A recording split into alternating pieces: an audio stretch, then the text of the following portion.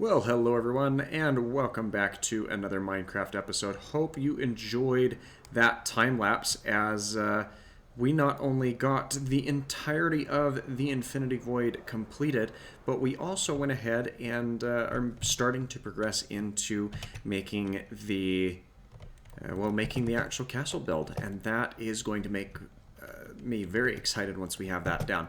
Now, a couple of adjustments that I've done since the time-lapse on the bottom portion here. And by the way, let me know in the comments what you think about that, as I'm interested to get your input and know what you think. And I think that it will make a little bit more sense once the rest of the build kind of gets going as well.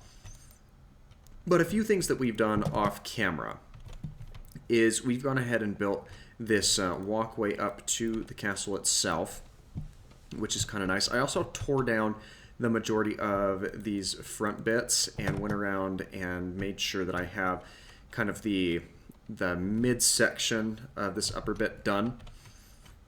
And I'm really excited to see how well these borders come together and work with it. I'm actually thinking that I'm probably going to take this... I could probably take it up a little bit higher than it actually is, but we'll see where we go as the build progresses, is what it really comes down to. I do think that I really like the black stone, or the polished black stone blocks sitting around the edges of this pit. I honestly kind of wish that I could have done it for the remainder of the pit there, but you know, that's something that we can correct in future projects when those come around, to be sure. So we do have a couple of things that we need to take into consideration with that. I think for the time being, I'm done with this flower farm. And mainly because I don't see myself needing industrial amounts of dye again in the future. So we'll go ahead and be tearing this down eventually, but I will be, you know, repurposing the design or resetting up that design again at a later date or somewhere else, possibly out in a flower forest biome to get better use of more exquisite and difficult to come by dyes. So that'll be good to incorporate there. Now, one thing that we will be doing between this episode and hopefully the next here in our server is we'll be making these, or use of these blocks, so the stone brick blocks, the mossy stone brick blocks, and the cracked stone brick blocks. Part of me kind of wishes that I could get a mossy variety of this, but I feel like that'd just be a little too much. But what we'll be doing with that is we will be building the baseline of this castle up one more higher using those different blocks. And then we'll be filling in the remainder of this space with a combination of a couple of different blocks. We're going to nix some of the block use, or the stone brick block uses there, as we continue upwards to the top of the wall. And I'm actually thinking about making this centerpiece of the building, the center tower living area. I'm actually thinking of ripping this out and transitioning it over to a black stone instead, to add some variety to the tower. And that's going to go well, I believe, with a couple of the plans that I have for these outer walls, which I will get into once or showcase a little bit better once I've actually started on it. But the next thing that we needed to go ahead and do here, it has to do with this new structure I've built, which is a little AFK vine farm. Now, I don't plan on AFKing a lot here, but it is something that I plan on doing to assure that I can get a large quantity of vines, because as you are aware, vines are needed for the different bricks that we'll be needing to put together, especially in the mossy variety. Now, that should do fairly well, and they'll continue to grow back and forth, but as you see here, I've got a sequence that'll push me back and forth, and you know, you can AFK here for a minute or two before your shears break, at least. But this was a design that I took from the Minecraft wiki, the highlighted design being that by Niendel. and it honestly works really, really well. The only alteration that I made to it, which I don't know that makes that big of a difference, is right here. I transitioned these floor blocks into being ice blocks to hopefully help us slide around a bit better, and it works to a point. But we've got our collection system here in the back, keeping track of and holding on to those vines as we collect them. And vines grow back, decently fast, but it's we're gonna need a lot of them, and yeah, that's gonna be quite the grind to get together here.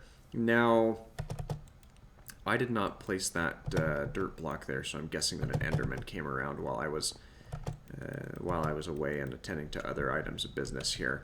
So let's go ahead and bring this out, because we're not going to want or need that there. There's also a decal that I have picked out here for the front of our creeper farm that I'm excited to start working on and put together, though I do think that it's going to take a little bit of time to work out, mainly because I need to hunt down the resources for it. Just a little bit of pixel art that should work fairly well. And I'm also kind of thinking of, because the pixel art's not going to take up the entire space, so I'm thinking of maybe staggering some of the edges here with some basalt. In fact, let me go ahead and make that adjustment here just to see what I think about it. You know what? I actually think that that does quite nicely with the polished basalt running up on the corners here. And of course, I can probably bring a couple of veins in closer once I have the actual dimensions put together for the decal that I have planned for this face here. So, yeah, that will do quite well. I'm a little bit sad to see this go, but it's a necessary evil, if you will. Mainly because it's going to obstruct the front place of this area. Now, if I'd planned things out a little bit better, I probably would have put this, out in the distance or a little bit elsewhere to kind of let it stand on its own. But I started the project, and well, we're too far along into it to back out of it now.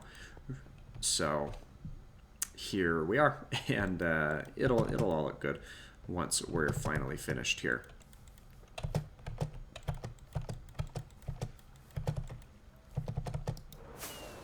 Another thing that I still need to go through and do is I need to harvest up some obsidian to redefine this little villager home, and that's assuming that we keep our librarian villagers here, because what I may end up doing is just building them an underground bunker that's a little more creeper proof, if you will.